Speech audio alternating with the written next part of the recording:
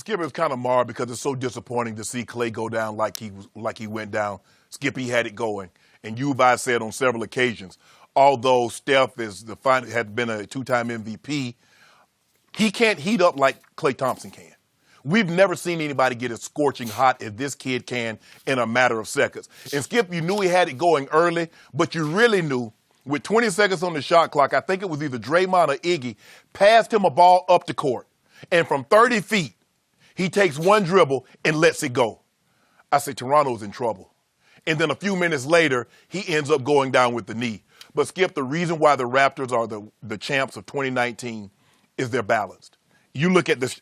Kawhi had 22, Siakam had 26, Kyle Lowry had 26, Van Fleet had 22, and Serge Ibaka had 15. And what we saw in Game 6 is what we saw I think it was Game 2, is that Kyle Lowry kept them attached early in the first quarter when it seemed like Golden State wanted to pull away, kind of like Klay kept the Warriors attached in Game 2 when Toronto was trying to pull away. So you had that going because Kyle Lowry couldn't miss, Skip. He was turning around letting shots go, and I'm like, oh, my goodness. And we've never seen this before, Skip. You and I touched on this. We've never seen a player like Kyle Lowry play so much better on the road than he does at home. Role players normally play better at home. Most players play better at home. We've never seen anything like what Kyle Lowry does because he's a night and day player from home to on the road. But it was the balanced attack. I'm looking at Siakam, and I'm like, Siakam, he could not take Kevon Looney off the bounce in the first quarter. I tweeted, if he can't take Kevon Looney off the bounce, man, the Raptors going to be in trouble. Skip, the most important moment of the ball game, they put the ball in his hands. He takes Draymond off the bounce. I'm like, are you kidding me? And then they turn it over to Van Fleet. Skip, how does a guy score 14 points against Philly and score 12 points in a Game 6 in an NBA Finals? I don't know what was going on maybe in the fourth quarter. Yeah. Skip, maybe there was something going on with his wife and the child. Maybe there was some complication, and that was on his mind. But from Milwaukee, from the first two rounds of who was that? I think they played Orlando, Philly the second round. And from Milwaukee, like Game 3 from Milwaukee on, Skip, he's been unbelievable. But the balance of Toronto, and that's what you have to have. Skip, your superstar player is not going to go get you. Okay, Kevin Durant, he did that in his finals. I think he averages like 33 points a game in the finals. But sometimes when your superstar players struggle, Skip, you need the other players, the auxiliary players, to carry some of the load. And they did that in this finals. Kyle, like I said, in this game. And that was the reason that they won. They had 6 players average double figures in the NBA Finals. If you take Kevin Durant away from Golden State, they only had 3. And, Skip, I feel that was the difference in the ball game. Was one team was balanced from basically top to bottom, because they only played basically 7 guys, and the other team relied on a couple of guys.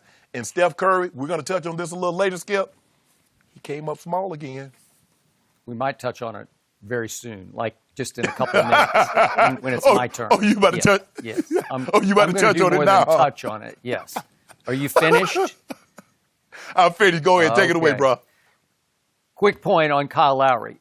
I told you after you were killing him after Game 2 in Toronto, he always has played better away from Toronto because he always crumbles under the home pressure of Raptor Nation to live up to what he and DeMar DeRozan could never quite live up to, mostly because of your man LeBron James, because they just genuflected in his presence and dropped to their knees and said, we are not worthy. And LeBron crushed them and crushed them and crushed their spirit. And Kyle is still having a hard time living up at home. But if you let him get away from home on the road, he takes a big old sigh of relief, and you saw what happened again last night. Now, to my man Klay Thompson, whom I predicted before the finals would be the MVP. I went way out on that limb, and I said Klay Thompson is going to be the MVP. And last night, with about 3 minutes left in the third quarter, he was well on his way to winning MVP because they were well on their way to winning Game 6 and forcing a Game 7. And then that happened. And just quick point of order, if the sneakers, so to speak, were on the other foot today, and there's a questionable bet on the table here because I'm not sure you accepted the bet, but that's okay. You accept after you win the bet, but whatever.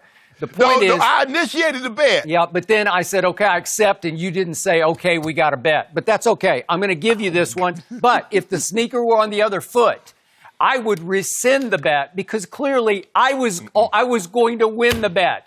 The whole world knows I was going to win the bet, and you know in your heart of hearts I was going to win the bet, except the injury god said no again to me because clearly I had already lost Kevin Durant after I'd lost him to a calf injury, and then I lost him to an Achilles rupture out of nowhere.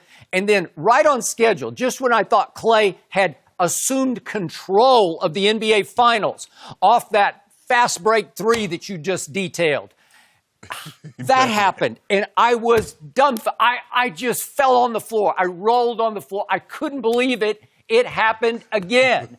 So if I were on the winning end of this bet, I'd say, let's just disqualify that bet because that doesn't count. No, you know it, no. and I know it. Well, you're not on the winning end of the bet, so no, I'm not going to disqualify. Okay. Well, I didn't think you would, but I know what I would do. Now, it is my turn to once again put into perspective what just happened to number 2. Once again, he proved that crime pays, as in basketball crime. I'm going to say it one last time. I hope this is the last time I have to talk about it. He quit his way out of San Antonio because he and his uncle Dennis wanted out of small market San Antonio and out from under Greg Popovich and the box that he put number 2 in, which is the biggest bunch of baloney I've ever heard.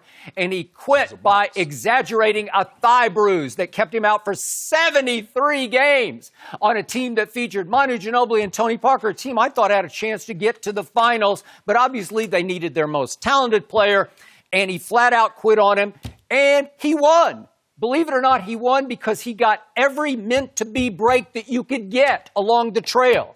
Joel Embiid is hurt and sick and sick and hurt and sick, which led to the luckiest shot in the history of the NBA playoffs, the one that he beat the buzzer with that bounced 4 times on the rim, that he shot short from the corner.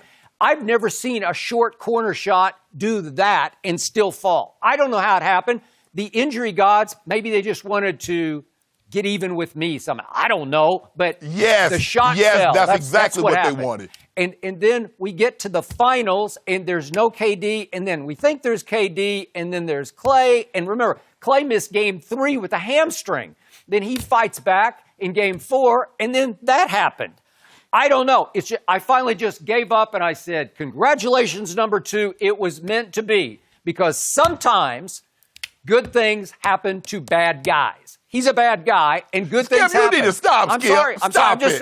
I'm not going to back off. That's exactly who he is and was. He's trying to say after the game, well, people thought I was faking it. Yeah, you were. You were exaggerating. He wasn't talking about people. He's talking about you and the Spurs. He's talking about you and the Spurs. Me and the best medical team in sports thought that he was faking an injury. Okay, I'll give you that. But the painful irony of this whole discussion is that the guy who has been hurt the most over the last 8 years in the NBA, number 2 in San Antonio, he was always hurt with something. He had like 12 different injuries. He was always missing games. Then you keep giving the injury excuse in the NBA Finals, and not to mention the conference finals, and somehow he stays upright the whole finals. For all 6 games, he's just fine. He looked 1,000% healthy to me last night. And he's the one guy who didn't deserve it. He told you he had tendonitis, Skip. What's that? I said he told you he had tendonitis from overcompensation. That's been the report. That's what he said also. What did your eyes tell you last night? Did he look okay to you? He looked just fine. No, I know he has tendonitis. No, I think he looked like 1,000% okay. You know it, and I know it. So just stop it. It's like painful irony. I just can't even fight through it. So now let's talk about my man, Steph Curry. Again, I was his biggest fan going into the draft. I said, take him number 1 over Blake Griffin. Nope, they didn't listen, and he won 2 regular season MVPs. And you know, this is the truth. I'm going to give you an analogy you can appreciate. Steph Curry is a mini LeBron James in that he is a rare talent with no clutch gene. That's what he is. Rare talent, no clutch gene. Because every big shot that he has had in his postseason career, he has missed. He is now 0 for 8 on go-ahead field goal attempts in the final 20 seconds of playoff games. 0 for 8. And They ran a slick little play last night.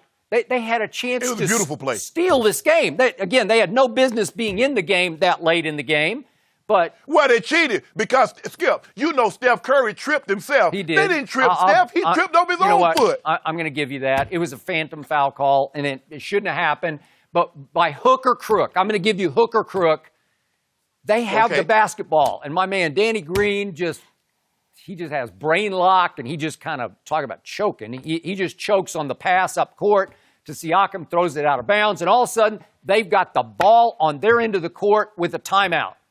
So Steve Kerr says, let's run. It's a play that I've seen numerous times before, but it's the old Iggy cross-court pass to Draymond. He throws it all the way across court, and then Steph starts off like a decoy, like he's not going very hard, and then he loops around DeMarcus off a pick, and he comes free, and he gets an open look. Yes. And if he makes that shot, we're having a different conversation. They're going to Toronto. I don't know what chance they'd have without Klay or KD in Toronto, but you never know. Maybe Toronto tightens up. Right. I don't know. But Steph's got a shot, and he missed it. Not to cut you off, Skip, but like Van Fleet, they would have got me because I would have thought Iggy had thrown the ball away because Van Fleet who's playing Steph Curry, and Steph Curry, like you said, he fakes the screen. Yep. And when I see the ball come, I'm looking at the ball. And next thing you know, Steph peels, gets the pick from Boogie, and gets a great look. How many times you think in the regular season Steph has made that shot? Thank you for bringing that up. I think he can make it in the regular season with his eyes closed. I think in his pregame warm-ups, he can make that shot behind his back. He can go Meadowlark Lemon and just make it through his legs. Seriously, he can shoot that like it's a free throw, and he missed it badly. It wasn't even close. And I thought, well, there's that guy. And you know what? He goes 1 for 6 in the fourth quarter, and he missed all 4 of his threes, did Steph Curry last night in a fourth quarter with obviously no Klay and no KD. So you're the man. You got to do this. And meanwhile, the closer for the other team is Van Vliet, and he makes 3 threes in the fourth quarter. And they were big-time threes. They were killers. They were momentum breakers. They were season savers. They were title-saving shots. And yes, I give it up because I can't beat that unless Steph can be that guy. And he proved once again, to me, he's just not that guy to make that shot. Thank you for watching. You can subscribe here to get the latest from the show, and be sure to check out more of the best clips from Undisputed, or go watch a few other segments from our other shows on FS1.